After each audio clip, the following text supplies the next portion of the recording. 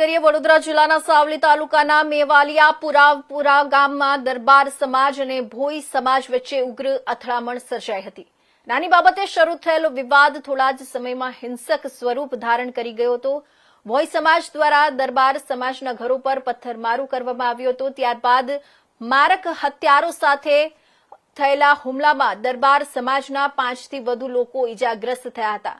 ઘટનાની જાણ થતાં જ સાવલી, ભાદરવા અને જિલ્લા પોલીસનો કાફલો તાત્કાલિક સ્થળે પહોંચ્યો હતો। પોલીસે મધ્યસ્થી કરીને પરિસ્થિતિ પર કાબુ મેળવ્યો હતો।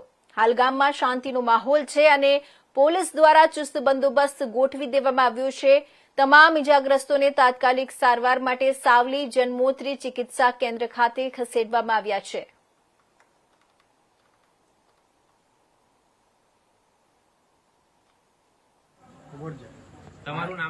મારું નામ સોલંકી ગિરવત શિવદેશી।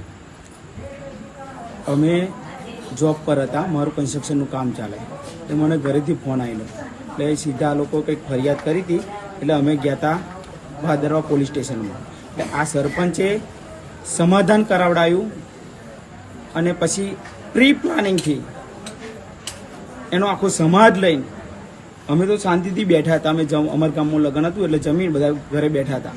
પ્રી પ્લાનિંગથી આવ્યા બધાય અને પથ્થર ને ધારીઓ લાકડીઓ લઈને અમને અહીંયા આગળ મારવા ફરી આવ્યા હતા બધા। કોઈની ઈજા થઈ છે? અને ઈજા અમારા બીજા ગામના છે છોકરાઓ, એમને 4 જણને 108 લઈ ગઈ છે। 4-5 જણને 2-3 જણને ટોકાયા છે, માથામાં વાગ્યું છે। પથ્થરમારો થવાનું કારણ શું? આ પથ્થરમારો કારણ એક જ છે કે એ ભોઈ સમાજ એક જૂથ થઈને બસ ધમાલ જ કરે છે અને આ લોકોનું ખાસ કરીને ડ્રિંક અને ચોરીનું કામ વધારે છે। અને